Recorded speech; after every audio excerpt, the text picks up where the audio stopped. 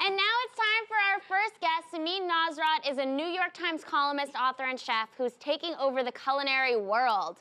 Now her award-winning book, Salt, Fat, Acid, and Heat, has transformed her into the star of her own Netflix series. The 4-episode show examines the basic fundamentals of what makes food so delicious. Let's take a look.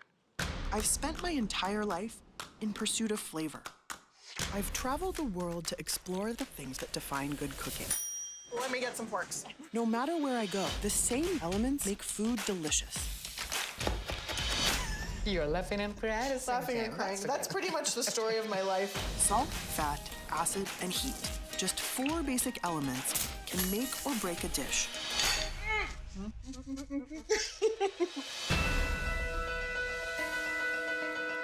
The more I travel and taste the different cuisines of the world, Wow, muy dulces. the more I realize that good cooking is universal. This is my... It's so spicy. Don't you? Drink some beer. You okay?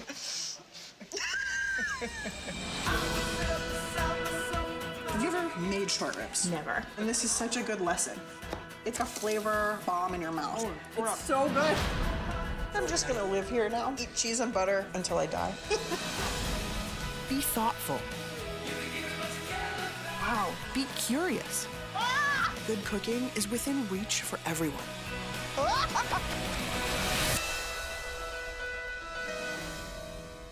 Everyone, please give a warm Build Brunch welcome to Samin Nosrat. Yay! Thank you so much for joining us. Oh, thank you so much for having We're me. so excited to have you. Pretty awesome to be here. Yeah.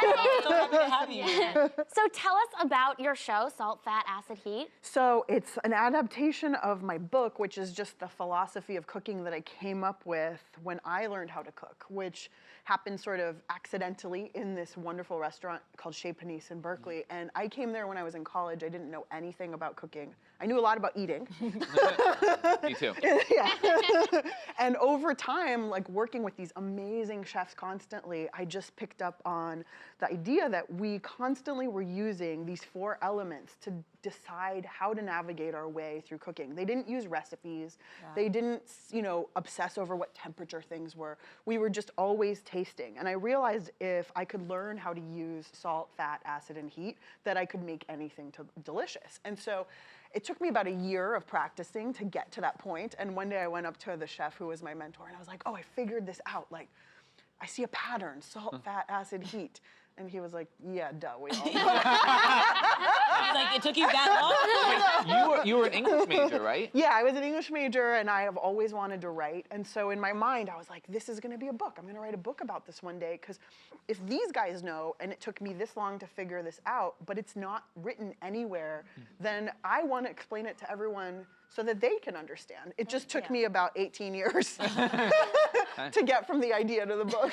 Yeah, and then what was it like adapting the book for Netflix? Oh, it was bananas. Yeah. It's definitely a complicated thing to take like something that you've worked on by yourself in your own head for so long and then translate it into something, with a huge collaborative team with everyone. But I, was very much like taught to cook in Chez Panisse, which I call is the house of aesthetics and the sensory, like it's a temple to the senses. Oof, and so, yeah. And so I love beautiful things and I love beautiful imagery and smells and sounds. And so even though I chose really carefully to have the book illustrated, I knew I wanted the show to be very beautiful and also very accessible. And I feel like so much food TV that exists, there's the incredible Chef's Table, which definitely like paved a route for us by making a very sort of cinematic show. But when you watch an episode of Chef's Table at the end, you're like, oh, I want to go eat that guy's food, right?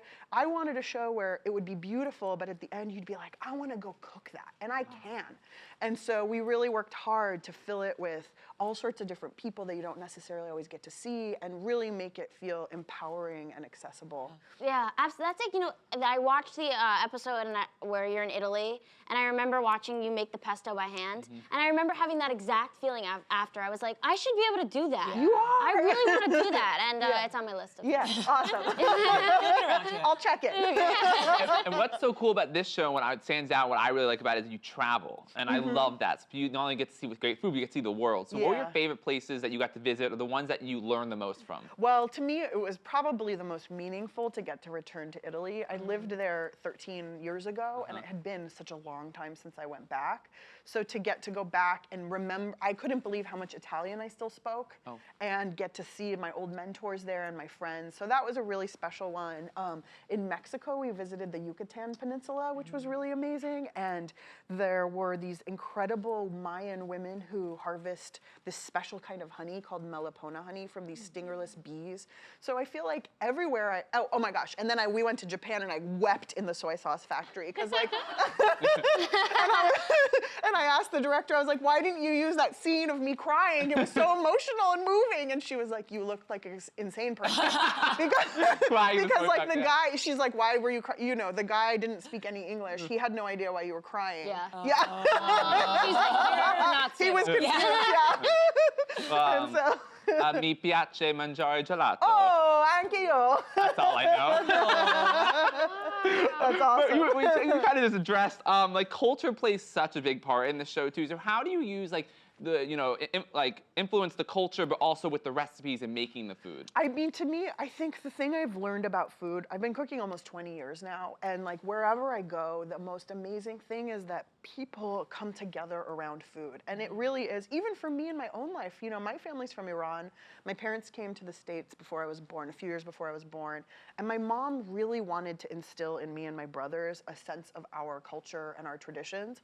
And that primarily came through our food. She spent a lot of her time shopping and cooking really great food for us. So I feel very connected to my own culture, and I feel like it's a great way to share ourselves with people. And what I really wanted in this show, these 4 elements are common to all good cooking wherever you go. So we could have gone to any country and shown that this works. And what was amazing was that we could sit down and I think, good cooking is more similar than it is different. And we as humans are more similar than we are different. And in this like kind of divisive and really difficult time, that was a message that I was really proud to be able to share. Also in the book, you go into the science behind it, which I think is so cool. Like why we like salty things, why we like kind of zingy, acidic things. Why was that important for you to include? Well, I'm a geek. And I'm like very much a curious person, and I like to know always why, because once I understand why, then I can make better decisions as a cook. And so a lot of times I feel like what a recipe does, if you've never made something and you just Google, I don't know, like how to make biscuits, and it says, oh, chill the butter, chill the stuff, and you're like, well, I'm not gonna take that seriously, I'm just gonna go make it, and maybe your biscuits won't turn out and you won't know why. And so understanding, you gotta keep fat cold for this, you gotta add salt at this point for this, allows you to follow directions better, to use your senses, to follow your own common sense, and also to save yourself when maybe a recipe hasn't been tested.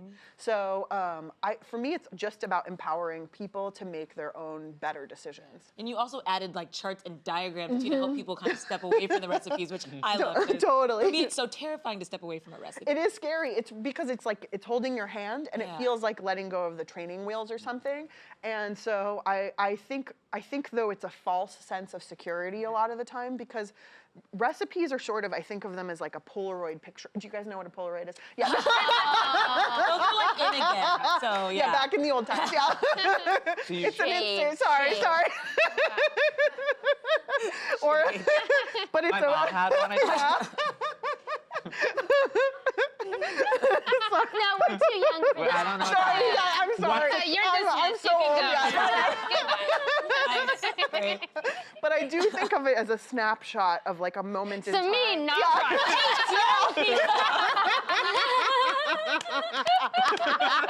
The funniest thing is, like, I feel the other day, this is completely So random. salty. I was hanging out with a 9-year-old, and he later asked his parents. He later asked his parents, "Is Samin a teenager?" And I was like, "I am inside." I love that. And so, but I think recipes are very much like a moment in time. If I test a spring dish with strawberries and rhubarb, maybe the next spring there's gonna be a lot more rain and those strawberries and rhubarb are gonna be a lot juicier. So when you go to make your pie, it's gonna be super wet and leak. And so understanding the why and the how helps you make better decisions. And I really was very intentional in choosing this incredible illustrator, Wendy McNaughton, to work with me. She's amazing and very funny and very whimsical. And I feel like people take food so seriously and they're so scared to make decisions and stuff. And I just wanted, and also Wendy doesn't know anything about cooking, like nothing. So she was the perfect guinea pig for me. Yeah, so it was a great collaboration. And she brought so much sort of beginner's mind to it to help, you know, and I'm constantly being like, well, doesn't everyone just use like keep 3 cheeses in their fridge? And she's like, no, you can choose 1 cheese, you know? So there was a lot of, she was bringing me back down to earth a lot, which was really awesome. Yeah.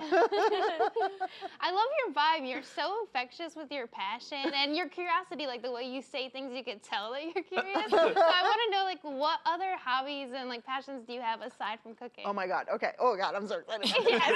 Okay, first of all, Let's go. I don't know if this is a passion. Well, it kind of is a passion. I have watched all of the really bad holiday movies on Netflix. Oh, yeah. And you guys, because I'm like in the Netflix family, I got a sneak peek of the Christmas Prince sequel. Oh no! I was gonna be like, have you Really seen using your There's a new one. Yes. New one. Oh, Yeah, no. so Those bad. Netflix So bad. perks. Whoa. Really awesome. Really awesome. Netflix star over here.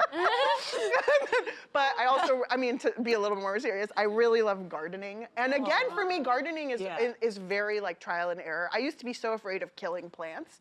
And I have a friend who's a great gardener, and she was like, oh, you kill like at least 50%. You just have to figure out over time what works in your, like, I travel a lot. So like, what can I have where I don't have to water it all the time? Or if it's like really shady and doesn't get enough sun. So stuff like that. I also love surfing. I'm really bad at it. Really, really, really, really bad at it. But it's been really good for me to learn something. I started learning around the time I started writing the book, and like, to be a beginner and to be really bad at something while I was trying to teach other people something that I was masterful at reminded me how scary it can feel to not know what you're doing. Yeah. There's no sharks in the kitchen though. So you have such a fun energy. It's so fun. We love being that. with you. Where's my mic? Thank you so much for joining us, you guys. Thanks for having me.